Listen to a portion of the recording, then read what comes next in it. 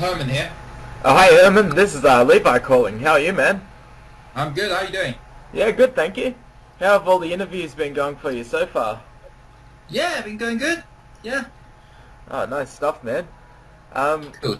so I got a fair few questions to run through. Are you ready to go now? Yeah, let's do it. Alright, cool. Well, I guess first we should talk about the new album, Reaching to Infinity. I actually haven't heard any tracks from it yet, but can you tell us a little about the album? Yeah, the new album is, I would say, a continuation of of Dragon Force evolution and progress. Yeah. We're always trying to add things, new element to our music while keeping the same sound, and of course keeping the melodic, the speed, the energy of what we build I guess our signature sound on. And new album, of course, you get all the elements, and we try to add new stuff in there. We even have a really long, epic, 12-minute song now that I know fans been asking for us to make. So we finally done one. Do you think you'll play the 12-minute song live? Well, it's in the list of songs to practice and rehearse. So, hopefully, we will be able to do it in Australia. There'll be enough time. If fans want to hear a 10-minute, 12-minute song or two 6-minute songs, I don't know.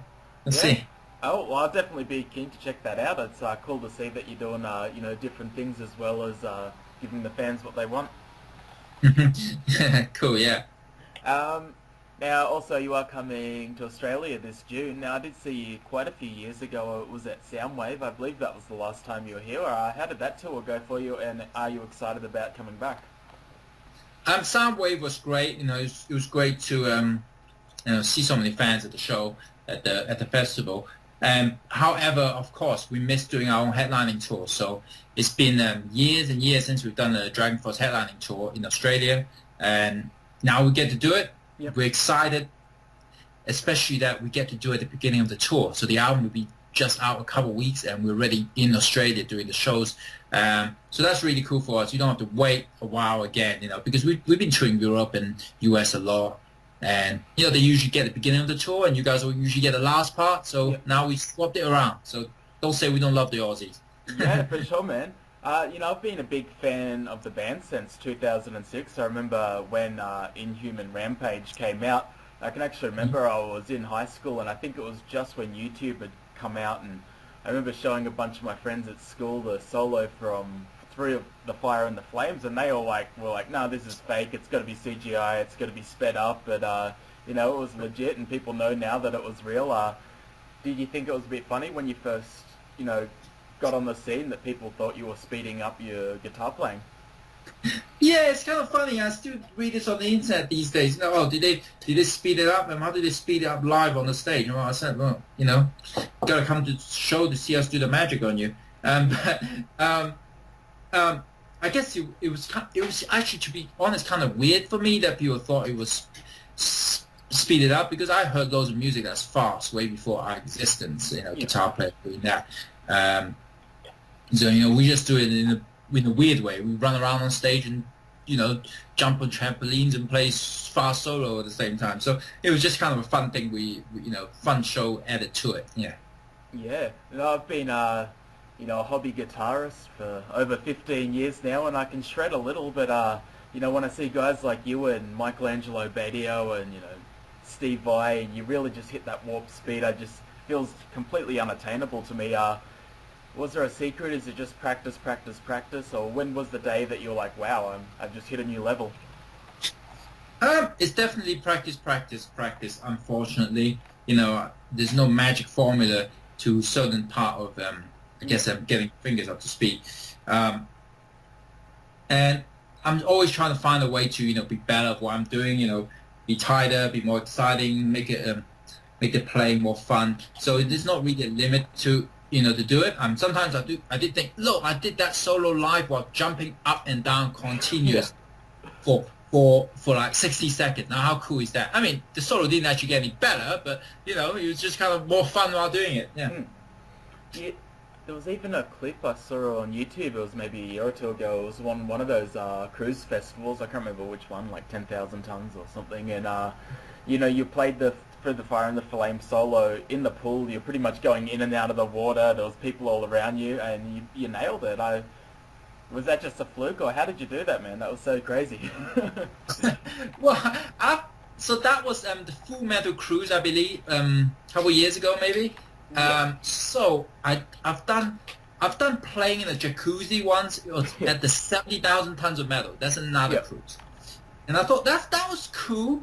You know, playing there with the fans, just kind of madness in the jacuzzi. And I jumped in with the guitar, but you know, there were so many people I couldn't quite play under the water. And when we did the Full Metal Cruise, I made this specific point. Let's do something crazy. I know in the 80s, you know, guys have played in the pool, but they were miming in the music video. We gotta do it live. So I got all the gear ready and secure all the wireless and, you know, make sure everything's waterproof, and just went in there, you know, put my head under the water, put the guitar on the top of my neck, you know, back of my head, and just played it while holding my breath. So that was it. Yeah. That was some very cool footage indeed. Just talking a bit more about guitar, you're definitely known as, I guess, you know, a shredder, a fast neoclassical guitar player, but I'm just wondering, is there any other styles you play outside of DRAGONFORCE, like blues or jazz or acoustic classical or anything like that? I mean, when I'm, you know, just at home, sometimes when I'm playing the guitar, I like to put on a nice, you know, jazzy fusion guitar music, or, you know, that kind of stuff. That different kind of music, and I would play along to jam along and improvise. So I like to do that for fun, but I'm not really, you know, that kind of guitar player. I mean, my strong, I think something where I can be creative is in kind of metal, that kind of genre.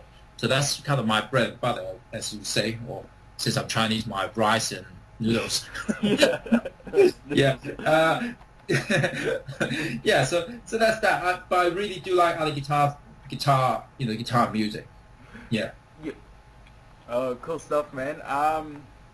Yeah, just wanted to say, like, you know, I've been watching you guys for years now. Is it getting easier to do these live shows? Are you playing tighter than you say you were 10 years ago, do you think?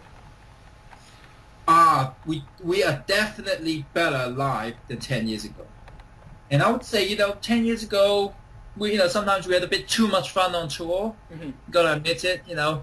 We had one too many to drink, you know, the day or the day before, a bit tired, and, you know, and also I think we were not as organized back then. We were just there having fun. We were just having a blast. We never even thought we would do this for a living. We're just going out there. Oh, we get to tour around the world. That's cool. Let's do that.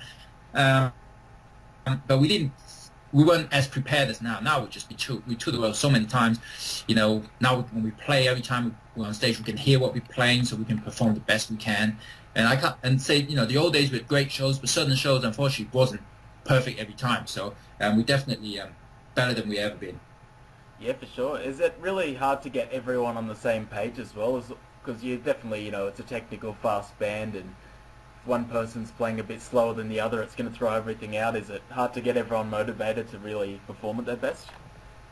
I think with DRAGONFORCE music is you can't get away so easily if the technical part of the setup, you know, for us to hear ourselves to play comfortably isn't at the good level.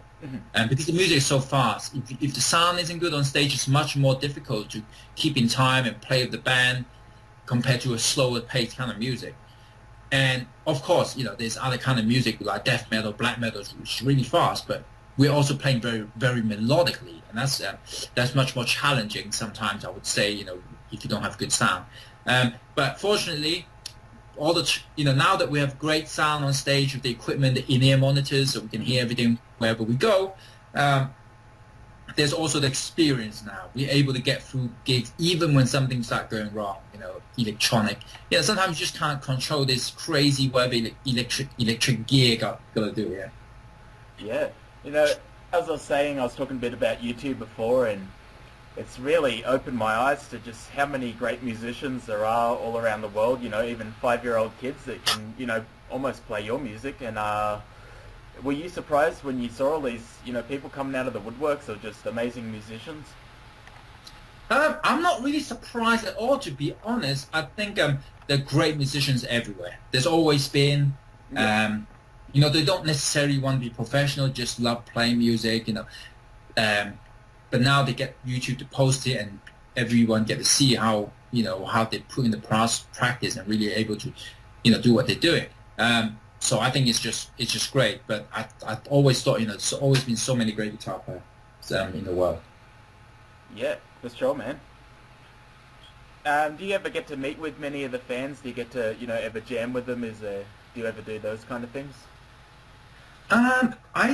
You know, I like chatting to fans, chatting about stuff, and jamming. I never really had the chance to jam with fans much. I don't believe. Yeah, I know Steve Vai kind of does those sort of things where he'll let a fan come up on stage and do a jam song with them. But I think that's pretty yeah. Yeah.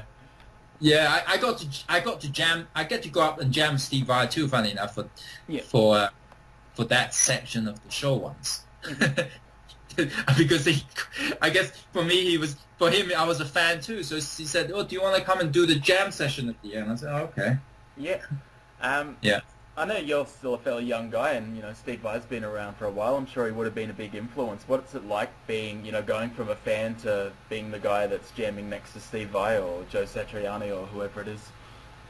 Well, the first time I did it was almost exactly 10 years ago, like in January 2007, and I was really nervous and scared, and not many people wanted to do it, strangely enough, and I said I'm definitely up for it. You know, he sent me an invite. It'd be rude to refuse that. And now, you know, after having jammed with Steve Vai, I don't know, I've done it about maybe 4 times with him.